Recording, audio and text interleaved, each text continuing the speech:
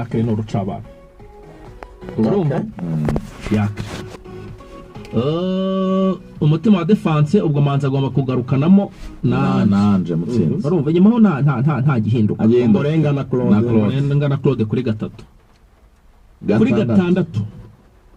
kapiteni Jihad ku munani Sahabu bench Jesus Christ urumva Hakim Sahabu niyo mukinyi uri uniform muri group Hakim Sahabu umunani urumva aneseti 10 baretse gake genda gake ariko wegenda gake urumva karindwi York 11 ni seti icyenda inshuti mu mugongo we Gelete abo nibo batinosa yego mu mugongo we dufite mediane irimo Sahabu Gelete na Jihad yego noneho abantu bakavuga koca abantu bamwegereye koca abantu koca yamuntu akimara ku imbere ya Nigeria dafite koca Victor Osimhen dafite nimero 6 de Messi umuntu akimara kwimbwira nayirebye shana mvuga ngo buranyisha noneho umuntu arambwira ati koca ngo approche ze ngo na approche zero offensive koca yavuze ati ngiye abakinyi mfite nabakinyi bababora mugano babasesenguza none abantu bazi gukina agapira kakirere urumva ati niba abakinyi ati ngiye afite abakinyi b'abatekinisi bashobora gupasanya bashobora kurusha equipe yose possession akagomana umupira urumva akavuga ati kuki mufite mu bwo gushaka gukina mugarira mucunganwa n'agatego kamwe mukakadefana ati ngiye nashaka gufungura umukino ni approach ngo yakoca murusha ariko ngo umuntu witwa ni seti kuva imyitozo yatangira bakina nyine bakina kwa kuno ikipe ya mbere ni ya kabiri aniseti ngo ntarabura mu ikipe ya mbere barajya muri concurrence na Samuel Gelete ngo ntarabura mu ikipe ya mbere aniseti ngo afite forme zicamo nka nimero 11 se cyangwa nimero 10 ya azamukirisha kuri 11 urumva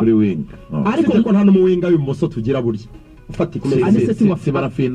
afite forme zitebwe aho ni muwinga w'imoso tugira umeze neza uri muri aniseti ngiye numva ariko undi muntu ngo ufite forme zica inkweto ni umuntu witwa Hakim Sahabu none Sahabu ngo aragiye akora umwitozo abantu bafite ikintu cyitwa Sahabu yarakuze abimwe Torsten yamusaba yarakuze ameze neza duwere riyangaja ngo biteye ubwoba yaravuze ati umukinnyi dukinana ukina hagati mu kibuga kuri gatandatu iwacu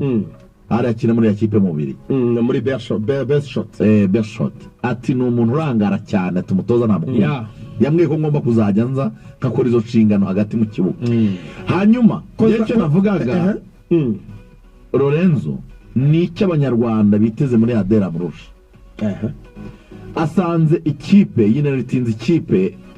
yari ifite ibintu bitatu umutoza Frank Thorsten Spittler yasize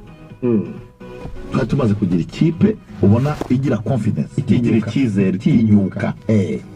cyo ni ikintu gikomeye cyane twari tumaze kugira ikipe itsinda igitego buriya Thorsten yaje gufata ikipe nta gitego Amavubi aheruka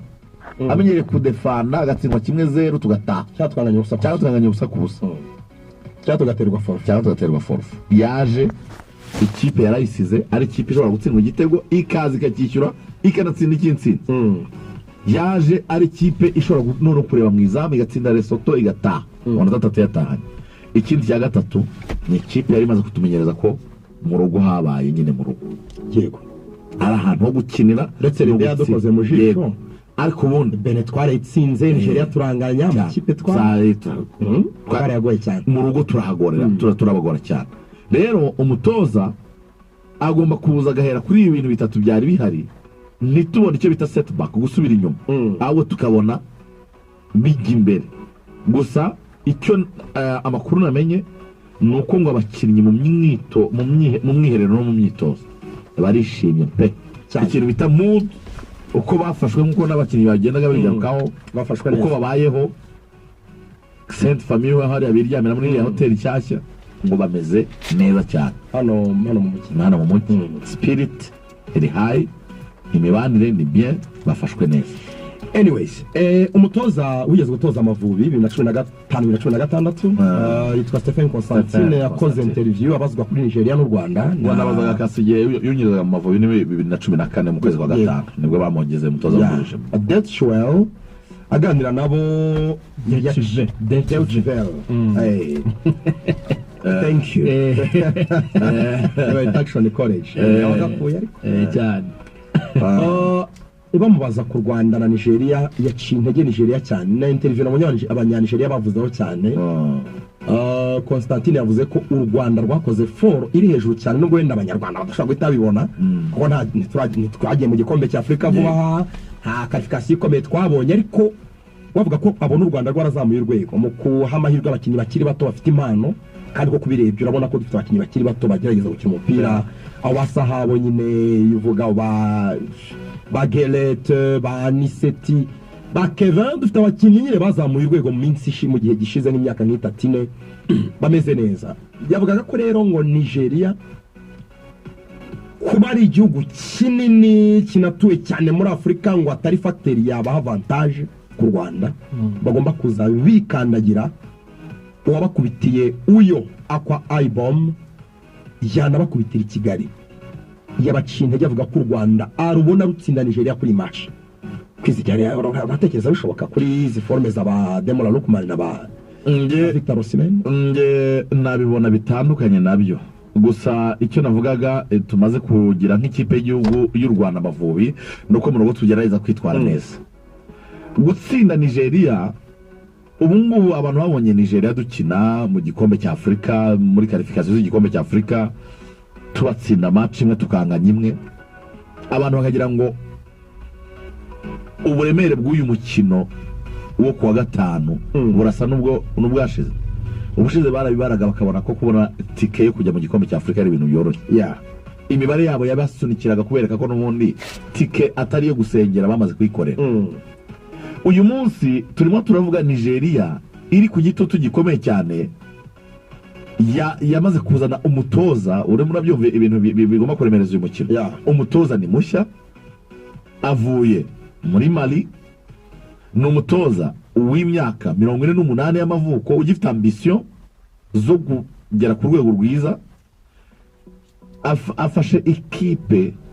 ifite inshingano zo kubona amanota 6 kuri 6 mu mikino ibiri kugira ngo yizere ko yazamuka ikava ku mwanya wa gatanu itsinda match ya mbere by'umwihariko muri campaign match ya mbere muri campaign ni ikintu gikomeye cyane ni ikipe ifite inyota ina babaye amanota cyane kurenza andi ma ekipe yose turi kumwe mu itsinda rero urebye ku bushobozi bw'abakinnyi ukareba ku mutoza mushya ugomba kugaragaza nyine ko hari byo yahinduye Simba n'Amavubi afite ijambo rikomeye cyane kuri Nigeria ariko umutima gukotana dushobora gukurura resulta nziza mu Kigali bitunguranye ariko tumenya kwizigiranye ntabwo turafavora imbere ya Nigeria ariko ntabwo ari ubwa mbere twadukuriye resulta nziza imbere y'ikipe twayikuramo rwose kari kuri sheri nako kari kuri Amurusherega kuko bose ni imikino yabo ya mbere bose baracyari bashya baracyakeneye gukonvenka no kwereka ababagiriye icyizere cyo kubaha iyo mirimo ko batabibeshyeho ari abatoza beza